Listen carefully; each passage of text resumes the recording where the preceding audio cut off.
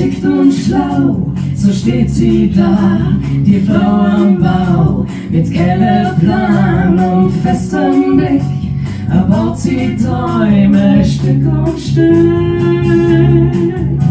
Sie steht, wenn man so sagen kann, auf jedem Bauplatz ihren Mann, und fehlt es ihr an Körperkraft, wird das mit ihrem Schmalz auch geschafft. Denn von die Bauern, man kann getrost vertrauen, mit Kopf und Nachsondieren gehen sie die Sache an. Sie geben nie mit Wissen an und sind beflissen, was Tolles zu kreieren. Weil Frau das eben kann.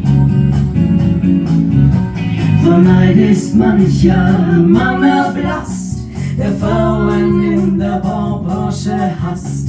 Doch was man schafft mit Kraft und Mut, kann eine Frau genauso gut. Diskriminierung ignoriert sie, höflich lächelnd routiniert, denn eines weiß sie ganz genau: sie kann es auch, die Frau am Bau.